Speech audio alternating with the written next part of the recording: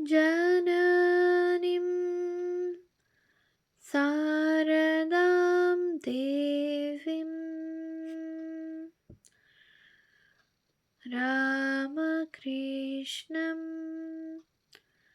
जगद्गुरुं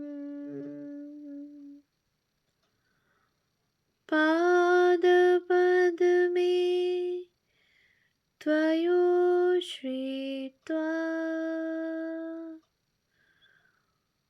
प्रणमामि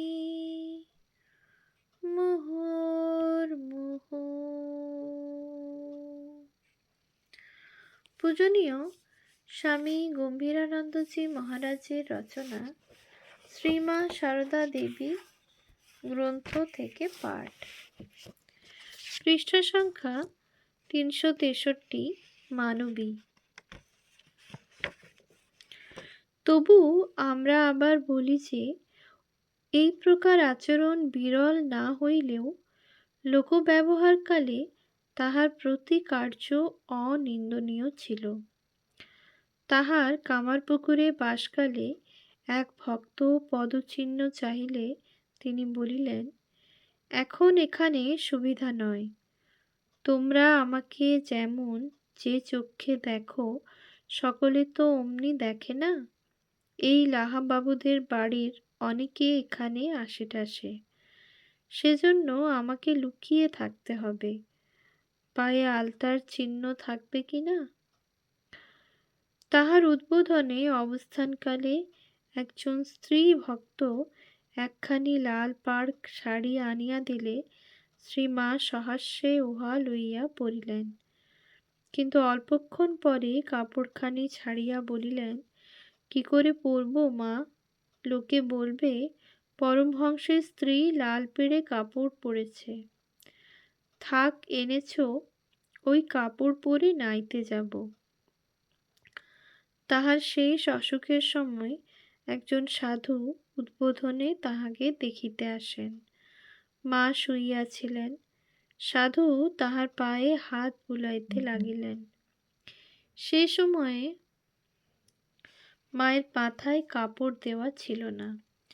সাধু চলিয়া গেলে মা পার্শ্বস্থ সেবিকাকে বলিলেন, আমার মাথায় কাপড় দেওয়া নেই, কাপড়টা দিয়ে দাওনি কেন?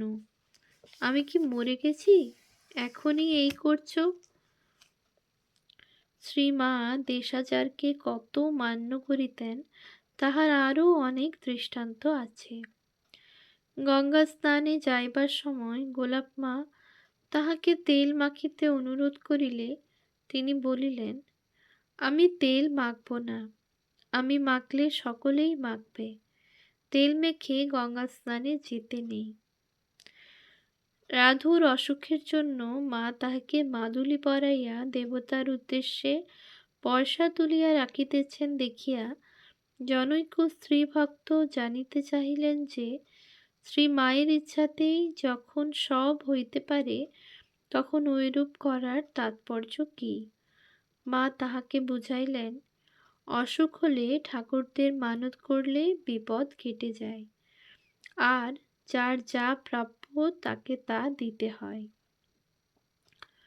মা তখন 18ই শ্রাবণ 1318 বাগবাজারে রাজার ঘাটে স্নান করিতেন, কারণ দুর্গাচরণ মুখার্জির ঘাট তখন ছিল না। স্নানের পর তিনি ছোট ঘটিতে গঙ্গাজল লইয়া রাস্তার ধারে প্রতি বটবৃক্ষের গোড়ায় জল দিয়া প্রণাম করিতেন। একবার এক ভক্ত তাহাকে রাঁচি লইয়া যাইতে চাইলে তিনি বলিয়াছিলেন, চৈত্র মাসে কোথাও যেতে নেই। জনৈক কবিরাজ বাতের জন্য রসুনের কোয়া দুধে জাল দিয়া খাইবার বিধান দিলে মা বলিয়াছিলেন, না বাবা, আমি রসুন খেতে পারব না। কবিরাজ বুঝাইলেন, মা, দুধে জাল দিলে রসুনের গন্ধ থাকবে না, এটি বাতের পক্ষে মহৌষধ।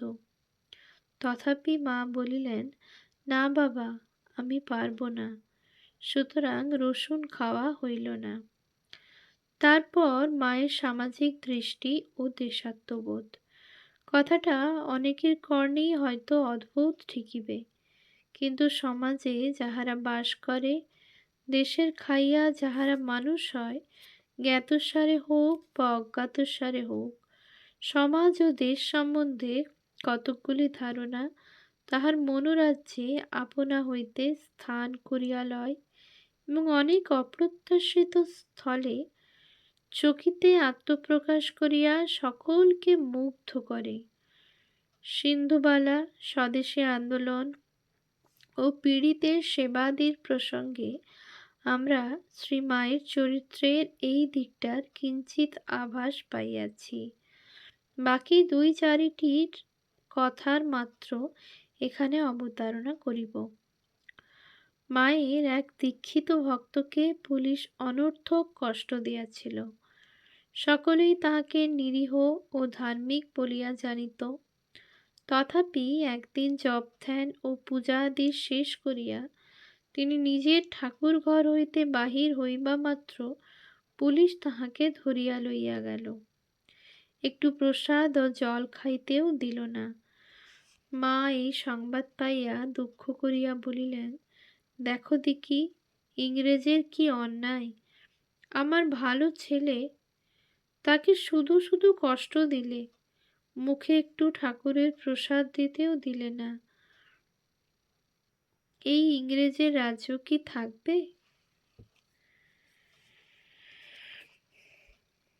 জার্মান যুদ্ধের সময় 1914 থেকে 1918 দেশে যখন খুব বস্ত্রাভাব, তখন গোয়ালপাড়া আশ্রমে চরকা ও তাঁতের কাজ চলিতেছে দেখিয়া মা বিশেষ উৎসাহ দিয়াছিলেন এবং বলিয়াছিলেন, আমাকেও একখানা চরকা এনে দাও, আমিও সুতা কাটব।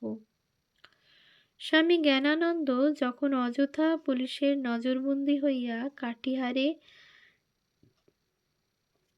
ডাক্তার অঘোরবাবুর বাড়িতে ছিলেন, তখন গোয়ালপাড়ায় শ্রী মায়ের কঠিন অসুখের সংবাদ পাইয়া তিনি তথায় উপস্থিত হন। ডাক্তারবাবু বিপদে পড়িতে পারেন ভাবিয়া সকলেই জ্ঞান মহারাজকে তখনই কাটিহারে ফিরিয়া যাইতে বলিলেন। কিন্তু মা নিজ সন্তানকে ছাড়িতে চাহেন না। অবশেষে সকলের অনুরোধে তাহাকে ছাড়িলেন বটে, কিন্তু এই অত্যাচারী সরকারের উচ্ছেদ কামনা করিতে লাগিলেন।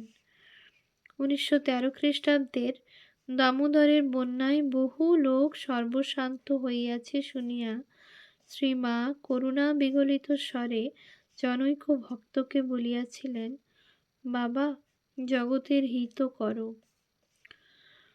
মায়ের আদেশে বিরাটরূপী ভগবানের সেবা করিতে বদ্ধপরিকর ওই ভক্ত শ্রী মায়ের নিকট বিদায় লইতে গিয়া শুনিলেন, মা বলিতেছেন, কেবল টাকা টাকা টাকা। কথা শুনিয়া ভক্ত শিহরিয়া উঠিয়া ভাবিলেন, মা বোধ হয় আমার ভেতর ওই ভাবের আতিশয্য দেখেই অমন কথা বললেন। শ্রী মাও সন্তানের মনোভাব বুঝিতে পারিয়া বলিলেন, না বাবা, টাকাও দরকার। এই দেখো না, কালীমামা কেবল টাকা টাকা করে। মঠের সাধু ব্রহ্মচারীদিগকে শ্রীমা জনসেবায় উৎসাহ দিতেন। 1323 সালে কলকাতায় আসিবার পথে তিনি বিষ্ণুপুরের সুরেশ্বর বাবুর বাটিতে বিশ্রাম করিতেছেন। ওই দিন প্রায় একই সময়ে ব্রহ্মচারী বরদা সেখানে উপস্থিত হইলেন। তিনি বিষ্ণুপুরে চাউল কিনিয়া জয়রামবাটি প্রভৃতি অঞ্চলে দুর্ভিক্ষ পীড়িত গণের মধ্যে বিতরণের জন্য লইয়া যাইবেন। মায়ের সঙ্গে যেসব গরুর গাড়ি আসিয়াছে, উহাতে চাউল যাইবে।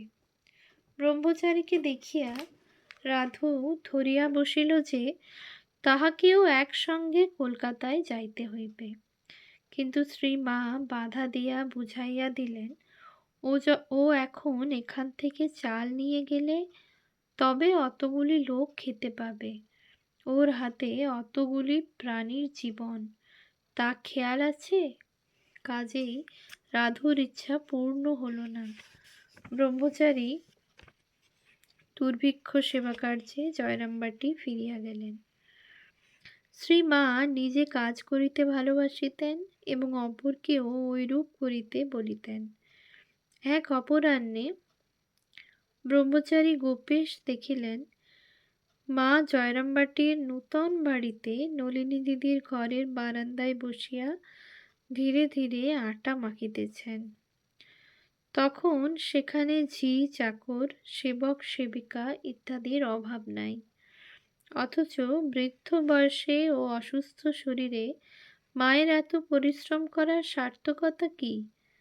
ব্রহ্মচারী মনের কথা মাকে খুলিয়া বলিলে তিনি উত্তর দিলেন, বাবা, কাজ করাই ভালো।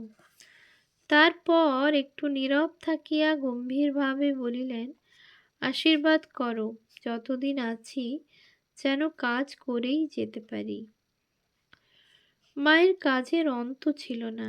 জয়রামবাটিতে ভক্তদের তত্ত্বাবধান, সকালবেলা ঘণ্টা 2 ধরিয়া তরকারি কোটা, ভাঁড়ার বাহির করিয়া দেওয়া, পূজার আয়োজন করা, স্বহস্তে পূজা করা, পূজার পর প্রসাদ বাটিয়া দেওয়া, অন্তত 100 খিলি পান সাজা, বৈকালে নিজ হাতে আটা ময়দা মাখিয়া রুটি লুচি তৈয়ার করা, দুধ চাল দেওয়া, লণ্ঠন পরিষ্কার করা ইত্যাদি কাজ তিনি প্রত্যহ প্রীতির সহিত ধারাবাহিকভাবে করিয়া যাইতেন। গৃহে অপর লোক থাকিলেও সবটাই যেন তাহার একার কাজ।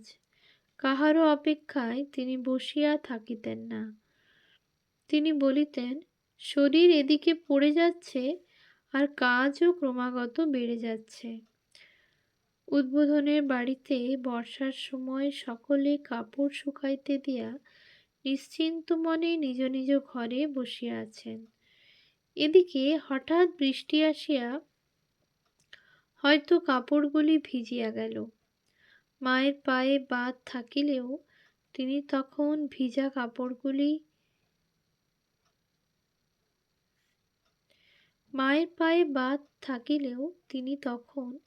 ভিজা বারান্দায় যাইয়া কাপড়গুলি তুলিয়া আনিয়া ও নিংড়াইয়া দক্ষিণের ঘরে সযত্নে শুকাইতে দিতেন। কেহ অনুযোগ করিলে বা বাতের কথা স্মরণ করাইয়া দিলে বলিলেন, না বাবা, এই যাচ্ছি, এই সামান্য একটু। মঠের কয়েকজন সাধু তপস্যায় যাইবেন শুনিয়া কিশোরী মহারাজ মাকে বলিলেন, এই কর্মের মধ্যে থাকা যেন ভালো বোধ হচ্ছে না, আমিও তপস্যা করতে যাব, আপনি অনুমতি দিন। মা বলিলেন, সে কি গো, আমার কাজ করছো, ঠাকুরের কাজ করছো, এ কি তপস্যার চেয়ে কম হচ্ছে? হাওয়া গুনতে কোথায় যাবে? কাশীধামে স্বামী শান্তানন্দকে মা উপদেশ দিয়াছিলেন, ঠাকুরের কাজ করবে আর সাধন ভজন করবে। কিছু কিছু কাজ করলে মনে বাজে চিন্তা আসে না। একাকী বসে থাকলে অনেক রকম চিন্তা আসতে পারে।